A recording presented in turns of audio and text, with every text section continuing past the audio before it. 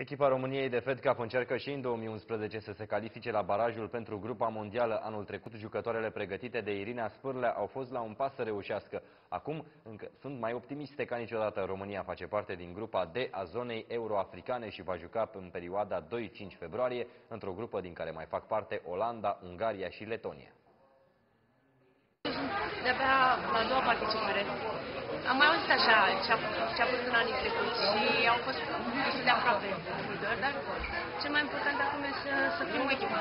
Asta credem. Pentru că noi ca jucătoare suntem niște jucătoare bune, avem o echipă și mai bună ca anul trecut, dar...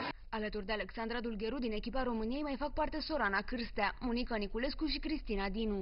Ultima este cea mai bună junioară a României și a fost convocată în ultima clipă, în locul Simonei Halep. Este o onoare pentru mine să fac parte din această echipă, mai ales cu aceste fete minunate și alături de doamna Igna și Ruxandra. Este prima oară, sper și cred că va fi o deosebită experiență pentru mine. Iar ceea ce pot spune, eu sper să ne calificăm, sper într-un rezultat bun. Ca să aibă șanse de calificare, tricolorele trebuie să câștige grupa din care mai fac parte Olanda, Ungaria și Letonia. Apoi ar merge în play-off-ul pentru calificarea în barajul pentru grupa mondială. Competiția se va desfășura în Israel la finalul săptămânii viitoare. Dacă își câștigă grupa, româncele ar putea da peste daneza Caroline Wozniacki, numărul 1 mondial.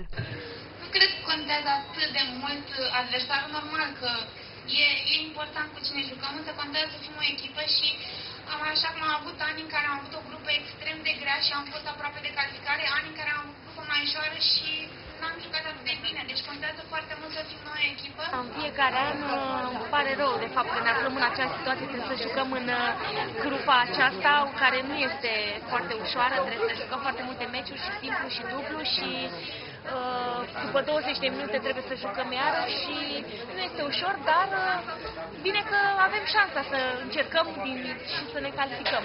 Capitan nejucător în echipa României, Irina Spârlea e puțin mai rezervată decât elevele sale.